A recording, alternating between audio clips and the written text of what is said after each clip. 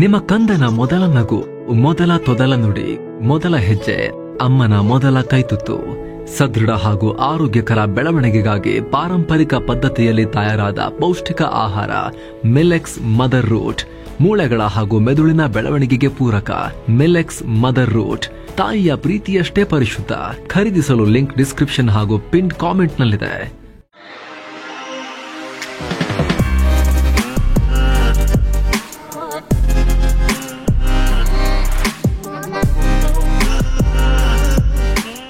Hi friends, ದಿನದ ಎಲ್ಲ ಪ್ರಮುಖ ಸುದ್ದಿಯನ್ನು ನಿಮಗೆ ತಲುಪಿಸುವ mastmaga.comನ ಫುಲ್ ನ್ಯೂಸ್ಗೆ ಸ್ವಾಗತ. ನಾನು ಅಮರ್ ಪ್ರಸಾದ್. ಬಾಯ್ಕಾಟ್ ಅಮೆರಿಕ ಶುರುವಾಗಿದೆ. ಈಗ ಬಾಯ್ಕಾಟ್ ಚೈನಾ ಆಯಿತು, ಈಗ ಬಾಯ್ಕಾಟ್ ಅಮೆರಿಕ.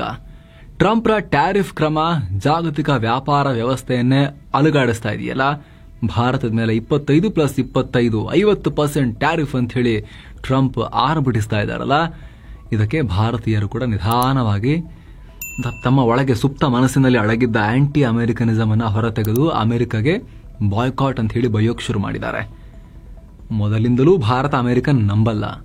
ಲಾಸ್ಟ್ 20-30 ವರ್ಷಗಳಲ್ಲಿ ಅಲ್ಲಿಂದ ಎಲ್ಲ ಸರ್ಕಾರಗಳು ಇಲ್ಲಿಂದ ಎಲ್ಲ ಸರ್ಕಾರಗಳು ಸಂಬಂಧ ಸುಧಾರಣೆಗೆ ಪ್ರಯತ್ನ ಪಟ್ಟು ಪಟ್ಟು ಪಟ್ಟು ಪಟ್ಟು ಒಂಚೂರು ಫ್ರೆಂಡ್ಶಿಪ್ ಕ್ರಿಯೇಟ್ ಆಗಿತ್ತು. ಟ್ರಂಪ್ ದೊಡ್ಡ ಸುತ್ತಿಗೆ ಪೆಟ್ಟನ್ನ ರಾಕಿ ಬಾಯ್ ತರ ಸುತ್ತಿಗೆಯಲ್ಲಿ ತಗೊಂಡು ಹೊಡೆದ್ಬಿಟ್ಟಿದ್ದಾರೆ. ಇದಕ್ಕೀಗ ಛಿದ್ರ ಛಿದ್ರ ಆಗ್ತಿದೆ ಫ್ರೆಂಡ್ಶಿಪ್. ಭಾರತೀಯರ ಮನಸ್ಸಲ್ಲೂ ಕೂಡ ಅಮೆರಿಕದ ಬಗ್ಗೆ ಅಪನಂಬಿಕೆ ಮತ್ತೊಮ್ಮೆ ಜೋರಾಗಿ ಆಚೆ ಬಂದಿದೆ. ಈಗ ಭಾರತದಲ್ಲಿ ಅಮೆರಿಕದ ಬ್ರ್ಯಾಂಡ್ಗಳನ್ನ ಬಾಯ್ಕಾಟ್ ಮಾಡಿ ಸ್ಥಳೀಯ ಬ್ರ್ಯಾಂಡ್ಸ್ಗೆ ಉತ್ತೇಜನ ಕೊಡಿ ಅನ್ನುವಂಥ ಕರೆಗಳು ಜೋರಾಗ್ತವೆ. ಭಾರತದಲ್ಲಿರೋ ಅಮೆರಿಕದ ದಿಗ್ಗಜ ಕಂಪನಿಗಳಾದ McDonald's, Coca Cola, Amazon, Apple brands ಬಹಿಷ್ಕಾರಕ್ಕೆ ಭಾರತದ ಕಾರ್ಪೊರೇಟ್ ಲೀಡರ್ಗಳು ಒಂದಷ್ಟು ಜನ ಮತ್ತು ಪಿಎಂ ನರೇಂದ್ರ ಮೋದಿ ಕೆಲ ಬೆಂಬಲಿಗರು ಕೂಡ ಕರೆ ಕೊಡ್ತಿದ್ದಾರೆ. ಸೋಷಿಯಲ್ ಮೀಡಿಯಾದಲ್ಲಿ ಬಾಯ್ಕಾಟ್ ಅಮೆರಿಕನ್ ಬ್ರ್ಯಾಂಡ್ಸ್ ಅಂತ ಕ್ಯಾಂಪೇನ್ ಶುರುವಾಗಿದೆ. ಈ ಕುರಿತು ಬಿಜೆಪಿಗೆ ಲಿಂಕ್ ಹೊಂದಿರೋ ಸ್ವದೇಶಿ ಜಾಗರಣ್ ಮಂಚ್ ಅನ್ನೋ ಸಂಘಟನೆ ಕೂಡ ದೇಶಾದ್ಯಂತ ಅಲ್ಲಲ್ಲಿ ಟ್ಯಾರಿಫ್ ವಿರುದ್ಧ ರ್ಯಾಲಿಗಳನ್ನ ಕೂಡ ನಡೆಸಿದೆ. ಇನ್ನು ಭಾರತದ ವಾವ್ ಸ್ಕಿನ್ ಸೈನ್ಸ್ ಸಂಸ್ಥಾಪಕ ಮನೀಶ್ ಚೌಧರಿ ಭಾರತದ ರೈತರಿಗೆ ಸ್ಟಾರ್ಟ್ಅಪ್ಗಳಿಗೆ ಬೆಂಬಲ ಕೊಡಿ, ಭಾರತದಲ್ಲಿ ತಯಾರಾದ ಪ್ರಾಡಕ್ಟ್ಸ್ಗೆ ಅಂತಾರಾಷ್ಟ್ರೀಯ ಮಟ್ಟದಲ್ಲಿ ಮಾನ್ಯತೆ ಸಿಗೋ ಹಾಗೆ ಮಾಡಿ ಅಂತ ಹೇಳಿ ಕ್ಯಾಂಪೇನ್ ಮಾಡಿದ್ದಾರೆ. ಇನ್ನೊಂದ್ ಕಡೆ ಡ್ರೈವ್ ಯು, ಇದು ಹೆಂಗಂದ್ರೆ ನಿಮ್ಮ ಹತ್ರ ಗಾಡಿ ಇದೆ, ನಿಮಗೊಂದು ಡ್ರೈವರ್ ಬೇಕು, ಒಂದು ಟ್ರಿಪ್ಪಿಗೆ ಬೇಕು, ಒಂದು ದಿನಕ್ಕೆ ಬೇಕು ಅಂದ್ರೂ ಕೂಡ ಇದರಲ್ಲಿ ಬುಕ್ ಮಾಡ್ಕೋಬಹುದು. ಇದರಲ್ಲಿ ಡ್ರೈವಿನಲ್ಲಿ ಬುಕ್ ಮಾಡ್ಕೋಬಹುದು. ಇದರ ಸಿಇಒ ರಹಮ್ ಶಾಸ್ತ್ರಿ ಅನ್ನೋರು ಭಾರತ ಕೂಡ ಚೀನಾ ರೀತಿನೇ ತನ್ನದೇ ಸ್ವಂತ ಸೋಷಿಯಲ್ ಮೀಡಿಯಾ ಪ್ಲಾಟ್ಫಾರ್ಮ್ ಹೊಂದಬೇಕು ಅಂತ ಹೇಳಿದ್ದಾರೆ. ಇನ್ನು ಇತ್ತೀಚೆಗಷ್ಟೇ ಪಿಎಂ ನರೇಂದ್ರ ಮೋದಿ ಕೂಡ ಸ್ವಾವಲಂಬಿ ಆಗೋಕೆ ಕರೆ ಕೊಟ್ಟಿದ್ರು. ಭಾರತೀಯರು ಸ್ವದೇಶಿ ಪ್ರಾಡಕ್ಟ್ಸ್ ಅನ್ನ ಖರೀದಿ ಮಾಡಬೇಕು, ಸ್ಥಳೀಯ ಕೈಗಾರಿಕೆಗಳಿಗೆ ಉತ್ತೇಜನ ಕೊಡಬೇಕು, ಭಾರತದ ಅಗತ್ಯತೆಗಳಿಗೆ ಆದ್ಯತೆ ಕೊಡೋ ಸಮಯ ಬಂದಿದೆ ಅಂತ ಹೇಳಿದ್ರು.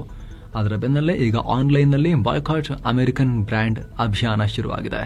ಸದ್ಯ ಇದರಿಂದ ಅಮೆರಿಕನ್ ಬ್ರ್ಯಾಂಡ್ಗಳ ಮಾರಾಟದ ಮೇಲೆ ಎಂಥ ಪರಿಣಾಮ ಬೀರುತ್ತೆ ಅನ್ನೋದ್ರ ಬಗ್ಗೆ ಸದ್ಯಕ್ಕೇನು ಸ್ಪಷ್ಟ ಇಲ್ಲ. ಆದರೆ ಸಣ್ಣಗೆ ಕ್ಯಾಂಪೇನ್ ಶುರುವಾಗಿದೆ. ಆದರೆ ಅಷ್ಟು ಸುಲಭ ಇಲ್ಲ. ಅಮೆರಿಕನ್ ಬ್ರ್ಯಾಂಡ್ಗಳು ಆವರಿಸ್ಕೊಂಡ್ಬಿಟ್ಟಿವೆ. ಯಾಕಂದ್ರೆ ಅಮೆರಿಕದ ವಾಟ್ಸ್ಆಪ್ಗೆ ಭಾರತದಲ್ಲಿ ದೊಡ್ಡ ಯೂಸರ್ ಬೇಸ್ ಇದೆ. ಪ್ರತಿಯೊಂದು ವಾಟ್ಸ್ಆಪ್ನಲ್ಲಿ ಕಮ್ಯುನಿಕೇಟ್ ಆಗುತ್ತೆ.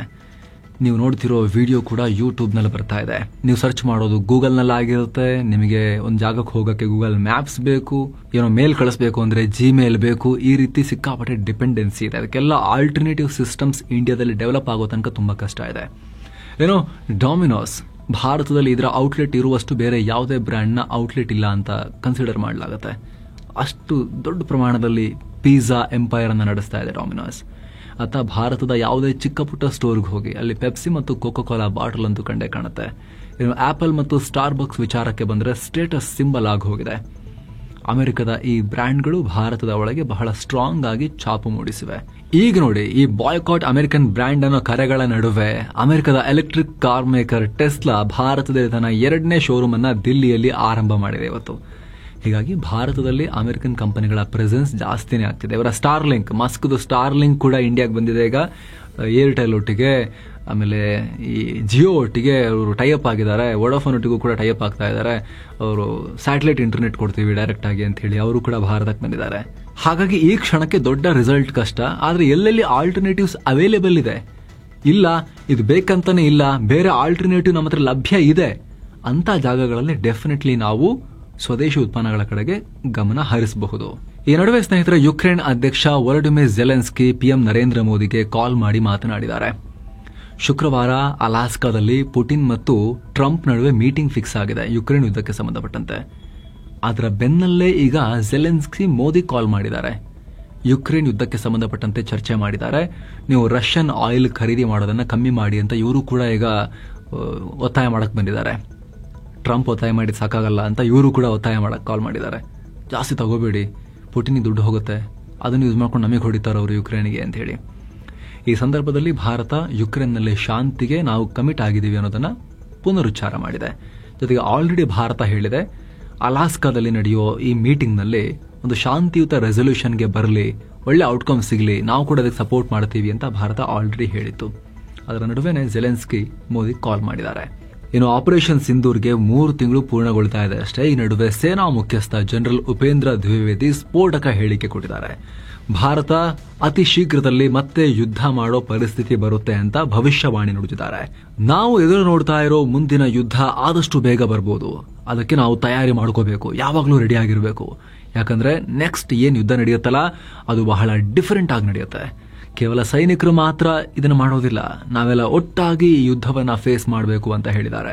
ಜೊತೆಗೆ ಸಾಮಾನ್ಯವಾಗಿ ಯುದ್ಧ ಅಂದ ತಕ್ಷಣ ಜನ ಏನ್ ಅನ್ಕೊಳ್ತಾರೆ ಅಂದ್ರೆ ನಮ್ಮ ಭೂಪ್ರದೇಶವನ್ನ ರಕ್ಷಣೆ ಮಾಡೋ ಹೋರಾಟ ಅಂತ ಅನ್ಕೊಳ್ತಾರೆ. ಆದರೆ ಭಾರತ ನಾನಾ ರೀತಿಯಲ್ಲಿ ಮಲ್ಟಿಪಲ್ ಫ್ರಂಟ್ಸ್ ನಲ್ಲಿ ಅಪಾಯವನ್ನ ಫೇಸ್ ಮಾಡ್ತಿದೆ. ಹಾಗಾಗಿ ಇಡೀ ದೇಶದ ಎಲ್ಲರೂ ಕೂಡ ಸೇನೆಯ 3 ವಿಭಾಗಗಳು ಮತ್ತು ಜನ ಮತ್ತು ತಂತ್ರಜ್ಞರು ಎಲ್ಲರೂ ಕೂಡ ಈ ಯುದ್ಧಕ್ಕೆ ರೆಡಿ ಇರಬೇಕು ಅಂತ ಸಂದೇಶವನ್ನ ಕೊಟ್ಟಿದ್ದಾರೆ. ಪಾಕಿಸ್ತಾನದ ಸೇನಾ ಮುಖ್ಯಸ್ಥ ಅಸಾಮ್ ಮುನೀರ್ ಅಮೆರಿಕದಲ್ಲಿ ಇದ್ದುಕೊಂಡು ಭಾರತಕ್ಕೆ ನ್ಯೂಕ್ಲಿಯರ್ ಬೆದರಿಕೆ ಹಾಕಿರೋ ಸುದ್ದಿ ಬಂದಿತ್ತಲ್ಲ, ಸುತ್ತು ಜಗತ್ತಲ್ಲಿ ಡೀಟೇಲ್ ಆಗಿ ಮಾಹಿತಿಯನ್ನು ಕೊಟ್ಟಿದ್ವಿ. ಅದರ ಬೆನ್ನಲ್ಲೇ ಭಾರತ ಇನ್ನೊಂದು ದೊಡ್ಡ ಘೋಷಣೆಯನ್ನ ಮಾಡಿದೆ. ನಮ್ಮ ನೌಕಾಪಡೆ ನೌಕಾಭ್ಯಾಸಕ್ಕೆ ಸಮುದ್ರಕ್ಕಿಳಿದಿದೆ. ಆಗಸ್ಟ್ 11 ಮತ್ತು 12ನೇ ತಾರೀಕು ಅರಬ್ಬಿ ಸಮುದ್ರದಲ್ಲಿ ಭಾರತದ ನೌಕಾಪಡೆ ಅಭ್ಯಾಸ ನಡೆಸ್ತಾ ಇದೆ. ಪಾಕ್ ಕೂಡ ತಾನು ಅಭ್ಯಾಸ ಮಾಡ್ತೀನಿ ಅಂತ ಹೇಳಿ ಅವರು ಕೂಡ ನೋ ಟೈಮ್ ಜಾರಿ ಮಾಡಿದ್ದಾರೆ. ತಮ್ಮ ತಮ್ಮ ಜಲ ಪ್ರದೇಶದ ಮೇಲೆ ವಿಮಾನಗಳಿಗೆ ಹಾರಾಟ ನಡೆಸದಂತೆ ನಿರ್ಬಂಧಗಳನ್ನ ಕೂಡ ವಿಧಿಸಿಕೊಂಡಿದ್ದಾರೆ. ಏನೋ ಸಿಎಂ ಸಿದ್ದರಾಮಯ್ಯ ನೇತೃತ್ವದ ಕಾಂಗ್ರೆಸ್ ಸರ್ಕಾರದಲ್ಲಿ ಒಂದು ದೊಡ್ಡ ತಲೆದಂಡ ಆಗಿದೆ. ಸಹಕಾರ ಸಚಿವ ಕೆಎನ್ ರಾಜಣ್ಣ ಅವರನ್ನ ಸಂಪುಟದಿಂದ ವಜಾ ಮಾಡಲಾಗಿದೆ. ಈ ಬಗ್ಗೆ ರಾಜಭವನದಿಂದ ಅಧಿಕೃತ ಪತ್ರ ರವಾನಿಸಲಾಗಿದೆ. ಅಂದಹಾಗೆ ಮೊದಲು ಖುದ್ದು ರಾಜಣ್ಣ ಅವರೇ ರಾಜೀನಾಮೆ ಕೊಟ್ಟಿದ್ದಾರೆ. ಹೈಕಮಾಂಡ್ ಸೂಚನೆ ಬೆನ್ನಲ್ಲೇ ರಾಜೀನಾಮೆ ಕೊಟ್ಟಿದ್ದಾರೆ ಅಂತ ಸುದ್ದಿಯಾಗಿತ್ತು. ಆದರೆ ಸಿದ್ದರಾಮಯ್ಯನವರೇ ರಾಜಣ್ಣ ಅವರ ಸಚಿವ ಸಂಪುಟದಿಂದ ವಜಾ ಮಾಡುವಂತೆ ರಾಜಭವನಕ್ಕೆ ಪತ್ರ ಬರೆದಿದ್ರು. ಆ ರೀತಿ ಹೈಕಮಾಂಡ್ ಆದೇಶ ಇತ್ತು ಅನ್ನೋದು ಈಗ ಬರ್ತಿರೋ ಮಾಹಿತಿ. ಏನು ಕಾರಣ? ಇದಕ್ಕೆ ಸಾಕಷ್ಟು ಚರ್ಚೆ ನಡೀತಾ ಇದೆ. ರಾಜಣ್ಣ ರಾಹುಲ್ ಗಾಂಧಿ ಅವರ ಮತಗಳ್ಳತನ ಆರೋಪದಲ್ಲಿ ಸ್ವಪಕ್ಷವನ್ನೇ ಮುಜುಗರಕ್ಕೀಡು ಮಾಡೋ ಹೇಳಿಕೆಯನ್ನ ಕೊಟ್ಟಿರೋದು. ಮಹದೇವಪುರ ಮತಕ್ಷೇತ್ರದ ಮತಗಳ್ಳತನಕ್ಕೆ ನಮ್ಮ ಲೋಪವೇ ಕಾರಣ ಅಂತ ಹೇಳಿದ್ರು. ರಾಹುಲ್ ಗಾಂಧಿ ಅವರ ಆರೋಪದ ನಂತರ ರಾಜಣ್ಣ, ನಾವು ಮೊದಲು ಮತಪಟ್ಟಿ ನೋಡಿಕೊಳ್ಳದೆ ಈಗ ಹೇಳ್ತಿರೋದಕ್ಕೆ ನಮಗೆ ನಾಚಿಕೆ ಆಗಬೇಕು. ನಮ್ಮದೇ ಸರ್ಕಾರ ಇದ್ದಾಗ ವೋಟರ್ ಲಿಸ್ಟ್ ಸಿದ್ಧವಾಗಿತ್ತು, ಆಗೇನು ಕಣ್ಮುಚ್ಚಿ ಕುಳಿತಿದ್ರ ಅಂತ ತಮ್ಮದೇ ಸರ್ಕಾರದ ವಿರುದ್ಧ ರಾಹುಲ್ ಗಾಂಧಿ ವಿರುದ್ಧ ಅಸಮಾಧಾನ ವ್ಯಕ್ತಪಡಿಸಿದ್ರು. ಹೀಗಾಗಿ ಈ ವಿಚಾರ ಕಾಂಗ್ರೆಸ್ಗೆ ಬಹಳ ಮುಜುಗರ ಕಾರಣ ಆಗಿತ್ತು. ಸಿಎಂ ಸಂಪುಟದ ಸಚಿವ ಈ ರೀತಿ ಹೇಳಿದ್ದು. ಇದೀಗ ಸಿದ್ದರಾಮಯ್ಯ ತಮ್ಮ ಸಂಪುಟದಿಂದ ವಜಾ ಮಾಡಿದ್ದಾರೆ. ಇವರು ಬೆಂಬಲಿಗರಂತಾನೆ ಕನ್ಸಿಡರ್ ಮಾಡಲಾಗುತ್ತೆ, ಸಿದ್ದರಾಮಯ್ಯ ಅವರ ಬೆಂಬಲಿಗರಂತಾನೆ ಕನ್ಸಿಡರ್ ಮಾಡಲಾಗುತ್ತೆ ರಾಜಣ್ಣ ಅವ್ರನ್ನೇ ವಜಾ ಮಾಡಬೇಕಾದ ಪ್ರಸಂಗ ಈಗ ಬಂದಿದೆ. ಏನೋ ನೇತ್ರಾವತಿ ಫೈಲ್ಸ್ ಪ್ರಕರಣಕ್ಕೆ ಸಂಬಂಧಪಟ್ಟಂತೆ ಹೊಸ ತಿರುವು ಸಿಗೋ ಲಕ್ಷಣ ಕಾಣಿಸ್ತಾ ಇದೆ. ಇದೀಗ ಎಸ್ಐಟಿ ಬೆನ್ನಲ್ಲೇ ರಾಷ್ಟ್ರೀಯ ಮಾನವ ಹಕ್ಕುಗಳ ಆಯೋಗ ತನಿಖೆಗಿಳಿಯೋಕೆ ಸಜ್ಜಾಗಿದೆ. ಆಘಾತಕಾರಿ ಆರೋಪಗಳನ್ನು ಗಂಭೀರವಾಗಿ ಪರಿಗಣಿಸಿರುವ ಆಯೋಗ ತನಿಖೆ ಮಾಡೋಕೆ ಮುಂದಾಗಿದೆ. ಬೆಳ್ತಂಗಡಿಯಲ್ಲಿರೋ ಎಸ್ಐಟಿ ಕಚೇರಿಗೆ ಆಗಮಿಸಿ ಅಸ್ಥಿಪಂಜರ ಮತ್ತು ಮೂಳೆಗಳ ಪತ್ತೆಯಾದ ಬಗ್ಗೆ ಮಾಹಿತಿ ಸಂಗ್ರಹಿಸೋಕೆ ಮುಂದಾಗಿದ್ದಾರೆ ಅನ್ನೋ ಮಾಹಿತಿ ಇದೆ. ಇನ್ನು ಭರ್ತಿ 36 ವರ್ಷಗಳ ಹಿಂದೆ ಅಸಹಜವಾಗಿ ಸಾವನ್ನಪ್ಪಿದ್ದ ಪದ್ಮಲತಾರ ಸಾವಿನ ಕೇಸನ್ನ ಮರುತನಿಖೆ ಮಾಡಬೇಕು ಅಂತ ಅವರ ಸಹೋದರಿ ಇಂದ್ರಾವತಿ ಎಸ್ಐಟಿಗೆ ದೂರು ಕೊಟ್ಟಿದ್ದಾರೆ. ಇನ್ನು ಅನಾಮಿಕ ದೂರುದಾರ ಗುರುತಿಸಿರುವ 13ನೇ ಸ್ಪಾಟ್ನಲ್ಲಿ ಎಸ್ಐಟಿ ತನಿಖೆ ಶುರು ಮಾಡಿದೆ. ಜಿಪಿಆರ್ ಯಂತ್ರ ಬಳಸಿ ತನಿಖೆ ಶುರು ಮಾಡಲಾಗಿದೆ. ಆ ಸ್ಪಾಟ್ನಲ್ಲಿ ಸಿಗೋ ಕುರುಹುಗಳ ಬಗ್ಗೆ ಇನ್ನಷ್ಟೇ ಸ್ಪಷ್ಟನೆ ಸಿಗಬೇಕಾಗಿದೆ.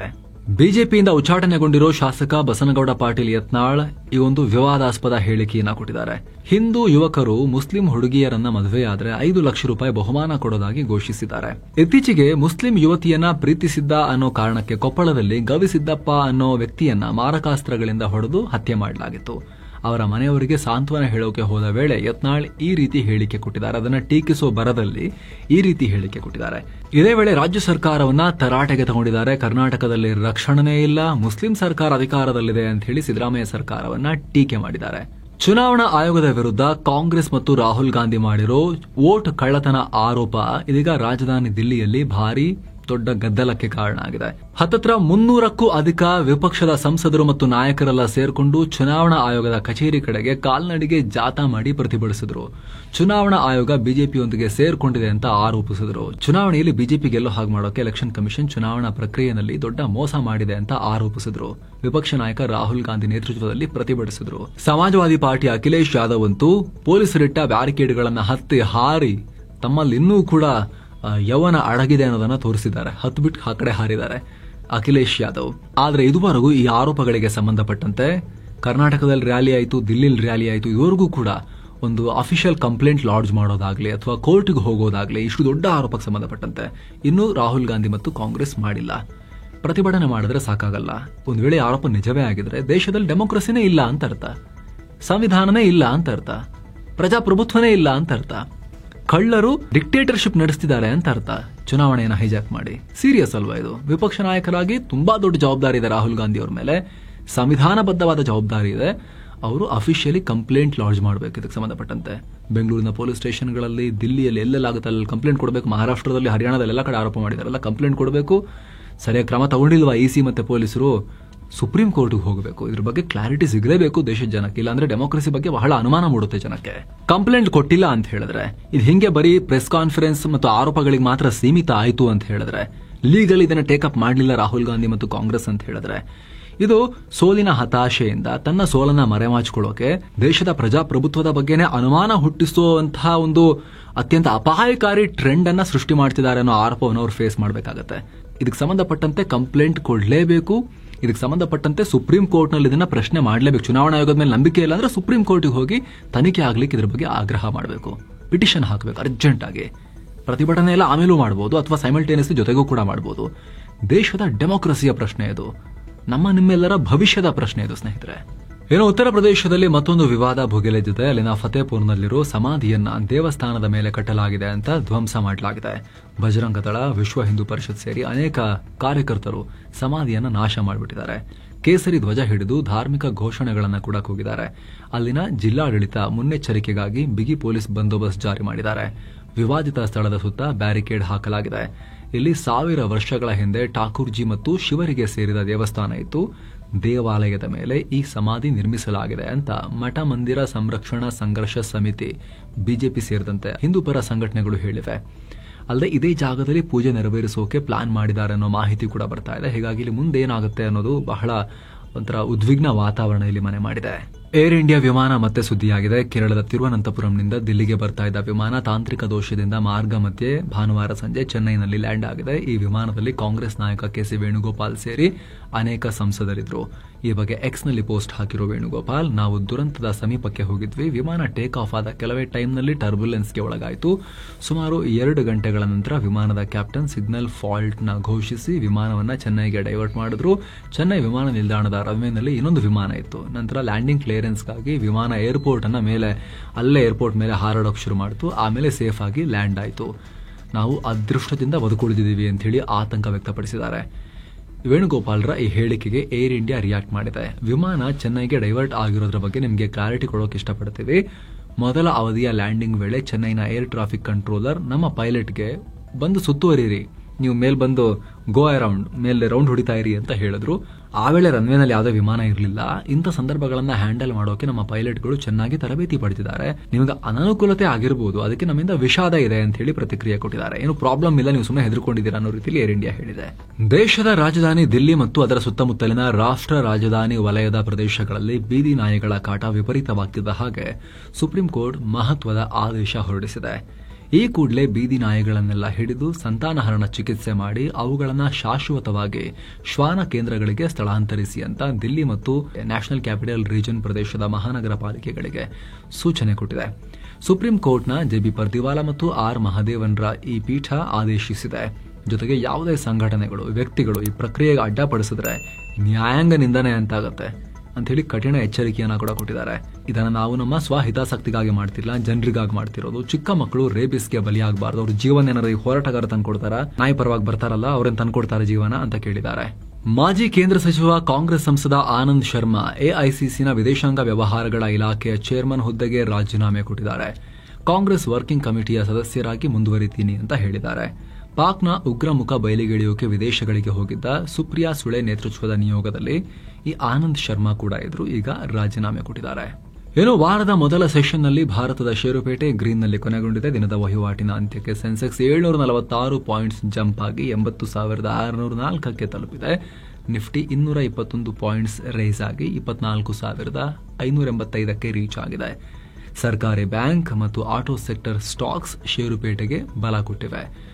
ರಷ್ಯಾ ಯುಕ್ರೇನ್ ಶಾಂತಿ ಮಾತುಕತೆಗಾಗಿ ಆಗಸ್ಟ್ 15ಕ್ಕೆ ಅಮೆರಿಕ ಅಧ್ಯಕ್ಷ ಟ್ರಂಪ್ ಮತ್ತು ರಷ್ಯಾ ಅಧ್ಯಕ್ಷ ಪುಟಿನ್ ಮೀಟ್ ಆಗ್ತಾರೆ ಅಲಾಸ್ಕಾದಲ್ಲಿ. ಈ ಮಾತುಕತೆಯಲ್ಲಿ ರಷ್ಯಾ ಯುಕ್ರೇನ್ ಯುದ್ಧ ಕೊನೆಗೊಂಡು ಉದ್ವಿಗ್ನತೆ ಕಮ್ಮಿ ಆಗಬಹುದು ಅಂತ ಹೂಡಿಕೆದಾರರು ಭರವಸೆ ಹೊಂದಿದ್ದಾರೆ.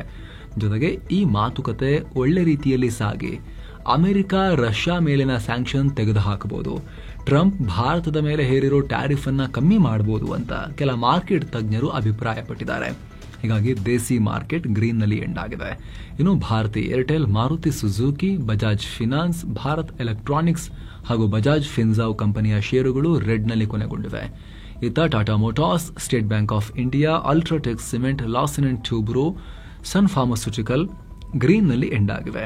ಡಾಲರ್ ಮುಂದೆ ರೂಪಾಯಿ ಮೌಲ್ಯ 8 ಪೈಸೆ ಇಳಿಕೆಯಾಗಿ $87.66 ಚಿನ್ನ ಮತ್ತು ಬೆಳ್ಳಿ ಬೆಲೆ ವಿಚಾರಕ್ಕೆ ಬಂದರೆ 24 ಕ್ಯಾರೆಟ್ನ 10 ಗ್ರಾಂ ಚಿನ್ನದ ಬೆಲೆಯಲ್ಲಿ $985 ಕಮ್ಮಿಯಾಗಿ $99,957 ಆಗಿದೆ. 22 ಕ್ಯಾರೆಟ್ನ 10 ಗ್ರಾಂ ಚಿನ್ನದ ಬೆಲೆಯಲ್ಲಿ $900 ಕಮ್ಮಿಯಾಗಿ $91,560 ಆಗಿದೆ. ಸೊ ಫ್ರೆಂಡ್ಸ್, ಇದಾಗಿತ್ತು ಇವತ್ತಿನ ಫುಲ್ ನ್ಯೂಸ್. ನಾವು ಕೊಯ್ದಿಲ್ಲ, ಎಳೆದಿಲ್ಲ, ಕಿರಿಚಾಡಿಲ್ಲ, ಬರೀ ಸುದ್ದಿ ತರದಲ್ಲಿ ನಿಮಗೆ ತಲುಪಿಸೋ ಪ್ರಯತ್ನವನ್ನ ಮಾಡಿದ್ದೀವಿ. ನಮ್ಮ ಈ ಪ್ರಯತ್ನ ನಿಮಗೆ ಇಷ್ಟ ಆಗ್ತಾ ಇದ್ರೆ ಮಸ್ತ್ ಮಗ ಚಾನಲ್ಗೆ ಸಬ್ಸ್ಕ್ರೈಬ್ ಮಾಡಿ, ಪಕ್ಕದ ಬೆಲ್ ಐಕಾನ್ ಮೇಲೆ ಕ್ಲಿಕ್ ಮಾಡೋದನ್ನ ಯಾವುದೇ ಕಾರಣಕ್ಕೂ ಮರಿಬೇಡಿ. Thank you so much. ಮತ್ತೆ ಭೇಟಿ ಆಗ್ತಿರೋಣ. ನಮಸ್ತೆ.